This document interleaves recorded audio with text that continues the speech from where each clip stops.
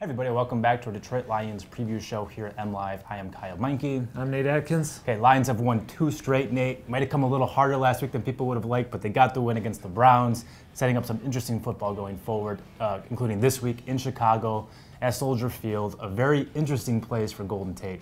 He was benched in that game last year. I remember watching Matthew Stafford run, trying to make the tackle, pointing at Tate and yelling at him. You knew right away that Golden Tate had screwed that play up. Some guys go into the gutter after adversity like that, and Golden Tate, to his credit, has been unbelievable almost from that day until now. This guy's playing lights out for the Lions right now. Yeah, that Chicago game was his rock bottom, obviously. And he talked about meeting with the coaches, sat down, they designed a role for him that's just different than most receivers. He's not a guy that wins off the line or down the field necessarily. He wins with play design and getting open in space. Okay, Nate, we got another reader question, so let's consult the electric Twitter machine.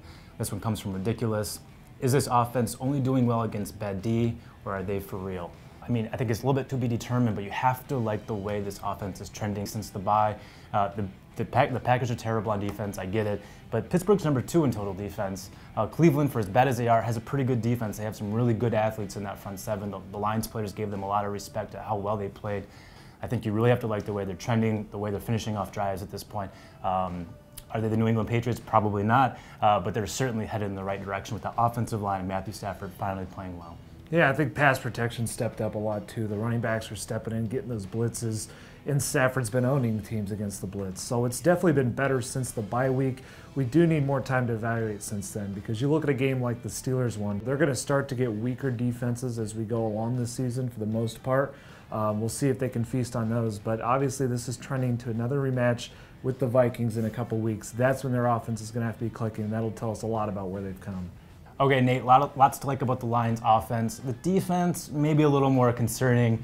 The Browns had their way with the rush defense, and we've seen that repeatedly since the loss of Haloti Ngata. Rush defense allowing more than 130 yards rushing per game. Teams are having their way right now on the interior, and I think that's a big problem going to a game against the Bears where they're not going to have too much success passing the ball against that defense. They're going to try to attack them with Jordan Howard, who had lots of success last year against the Lions, and whether or not the Lions can stop him will be one of the biggest keys to this game. The Bears are really built about how they run along the edge. They get out in zone plays, stretch zone plays, and they win along the sidelines. And that's where Ziggy Ansah's return will be critical for the Lions too. He missed last game with a back injury. He's been banged up, not the pass rusher he's been, but he's their best edge setter. And if they don't have him, it's going to be hard to defend this attack that the Bears are going to come with. That's what we got for today. As always, we want to hear from you going into next week's big Thanksgiving showdown against the Vikings. Our handles are here. Hit us up on the Twitter machine. Before we get there, Nate, do you have a prediction for us? I'm going Lions 24, Bears 17. I think this is a game where it starts sluggish and slow, but eventually Matthew Stafford kind of does what he does in the fourth quarter. It's too much for Mitchell Trubisky to come back against. Yeah, I got the Lions winning this game 31-20. They're a more talented team. The offense is trending in the right direction. Matthew Stafford's heating up in a big way. The protection's getting better. I just don't see any way the Lions lose this game. That's what we got for today. I'm Kyle. I'm Nate. We're MLive. Keep it right here.